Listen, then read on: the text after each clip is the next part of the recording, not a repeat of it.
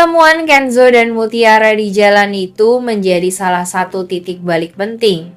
Kenzo datang dengan hati penuh kecemasan, seolah-olah mimpi yang ia alami semalam kini berusaha menjadi nyata. Dalam mimpi itu, ia dengan tegas menggenggam tangan Mutiara dan membawanya pergi dari Firman dan anehnya, mimpi itu terasa begitu nyata hingga ia yakin itu bukan sekadar bunga tidur, melainkan sebuah pertanda. Karena itulah, ketika ia benar-benar berhadapan dengan Mutiara, Kenzo merasa kesempatan ini tidak boleh ia sia-siakan. Kenzo berbicara panjang lebar, suaranya penuh ketegasan sekaligus kelembutan. Ia menjelaskan bahwa Firman alias Bejok bukanlah sosok ayah yang selama ini Mutiara percayai. Ia mengingatkan berbagai kejanggalan yang sudah terlihat jelas. Sikap kasar Firman yang semakin berani, cara bicaranya yang sering berubah-ubah, hingga bukti bahwa foto Ibunda Mutiara ternyata bukan berasal darinya. Kenzo mencoba meyakinkan bahwa semua itu hanyalah jebakan, sebuah sandiwara untuk menguasai hidup Mutiara. Namun Mutiara tetap bergeming, baginya Firman sudah terlanjur dianggap sebagai ayah kandung meskipun jauh di lubuk hati kecilnya sebenarnya ia mulai merasakan kejanggalan. Ia masih merasa hutang budi karena Firman selalu menampilkan diri sebagai sosok pelindung di depannya, meski belakangan ini sering muncul sikap yang menekan dan membuatnya tak nyaman. Kebimbangan itu sebenarnya sudah mulai tumbuh, tapi rasa takut kehilangan figur ayah membuat Mutiara tetap bertahan. Kenzo menatap Mutiara dengan perasaan campur aduk, ada rasa kecewa karena gadis itu tidak langsung mempercayainya, namun ada juga rasa haru karena ia tahu Mutiara sedang berjuang dengan hatinya sendiri. Kenzo tidak menyerah.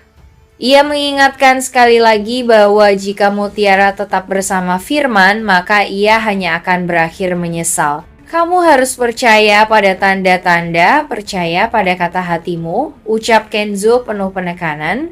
Mutiara hanya terdiam tak mampu menjawab.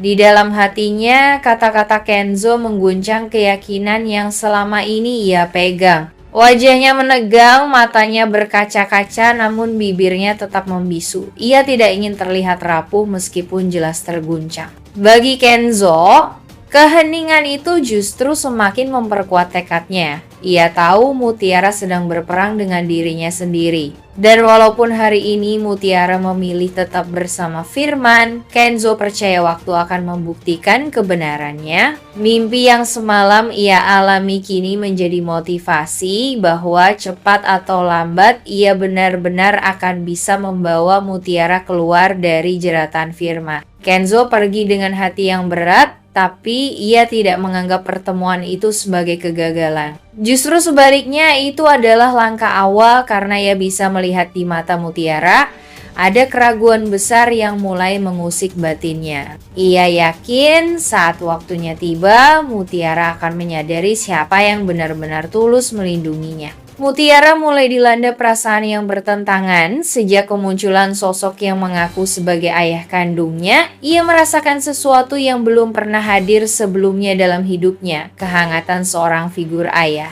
Setiap perhatian kecil, setiap sikap penuh pengakuan membuatnya yakin bahwa inilah sosok yang selama ini ia cari. Karena itulah setiap usaha Kenzo untuk membawanya pergi justru ia pandang sebagai upaya untuk merenggut kembali kebahagiaan yang baru saja ia temui. Di lubuk hati, Mutiara menaruh kecurigaan bahwa Kenzo tidak memahami betapa berharganya keberadaan sosok itu bagi dirinya.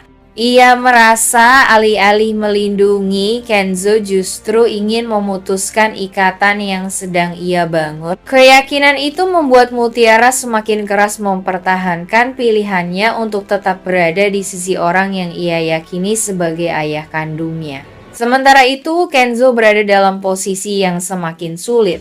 Bukti-bukti dan tanda-tanda yang ia temukan jelas menunjukkan bahwa semua yang diklaim oleh Firman hanyalah kebohongan. Namun setiap kali Kenzo mencoba meyakinkan Mutiara, justru yang muncul adalah penolakan dan rasa curiga dari Mutiara sendiri.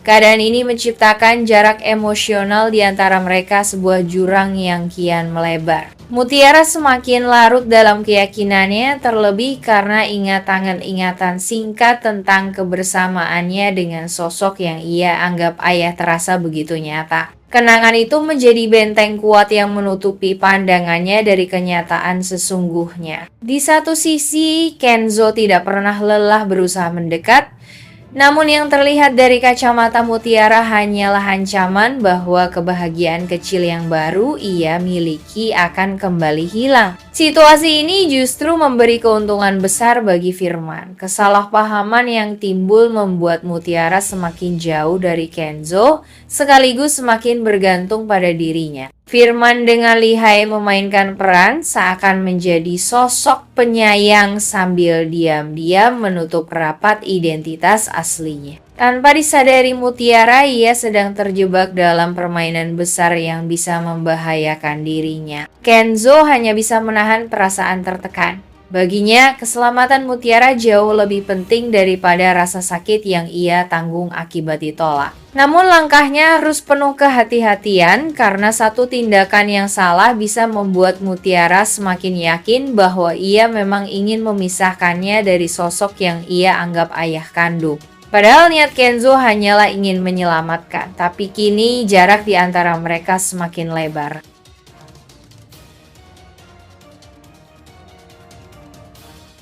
Gadis itu. Dan pilihannya jatuh pada Kenzo yang hatinya tak bisa lagi membohongi rasa cintanya sendiri. Namun bagaimana dengan Rianti yang tidak suka dengan keberadaan Mutiara di rumahnya? Itu yang membuat situasi di rumah Pak Aditya menjadi semakin rumit.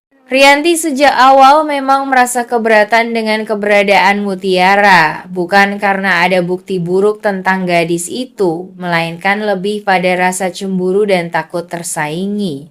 Kehadiran Mutiara membuat Rianti merasa posisinya sebagai penguasa rumah sedikit demi sedikit tergeser. Apalagi setiap kali Pak Aditya menunjukkan perhatian tulus kepada Mutiara, Rianti merasa dirinya tidak lagi menjadi pusat perhatian. Perasaan tidak suka itu semakin nyata ketika Mutiara dianggap membawa kembali kenangan tentang Widuri. Bagi Rianti, bayangan Widuri adalah sesuatu yang menakutkan karena seakan-akan dirinya tidak pernah bisa menggantikan posisi yang begitu istimewa di hati Pak Aditya. Mutiara dengan segala sikap sederhana dan tulusnya justru makin menghidupkan kembali suasana lama yang Rianti benci.